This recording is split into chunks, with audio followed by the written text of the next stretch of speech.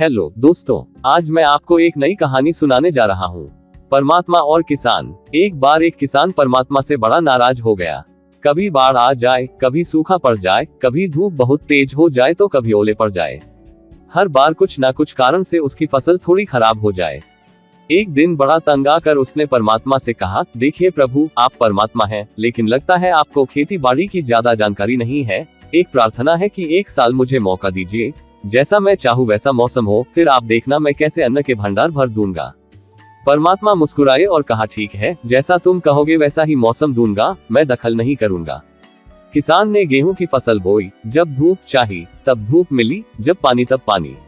तेज धूप, ओले, बाढ़, आंधी तो उसने आने ही नहीं दी। समय के साथ फसल बढ़ी और किसान की खुशी भी, क्योंकि ऐसी फसल तो आज तक नहीं हुई थी। किसान ने मन ही मन सोचा, अब पता चलेगा परमात्मा को कि फसल कैसे करते हैं। बेकार ही इतने बरस हम किसानों को परेशान करते रहे।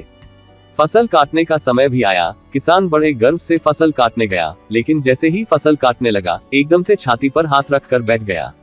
गेहूं की एक भी बाली के अंदर गेहूं नहीं था, सारी बालियां अंदर से खाली थी। बड़ा दुखी होकर उसने परमात्मा से कहा, प्रभु ये क्या हुआ?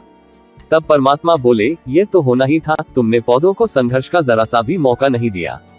ना तेज धूप में उनको तपने दिया, ना आंधी ओलों से जूझने दिया, उनको किसी प्रकार की चुनौती का एहसास जरा भी नहीं होने दिया, इसलिए सब पौधे खोखले रह गए। जब आंधी आती है, तेज बारिश होती है, ओले गिरते हैं, तब पौधा अपने बल से ही खड़ा रहता है। वो अपना अस्तित्व बचाने का संघर्ष करता है और इस संघर्ष से जो बल पैदा होता है वो ही उसे शक्ति देता है, ऊर्जा देता है, उसकी जीवटता को उभारता है।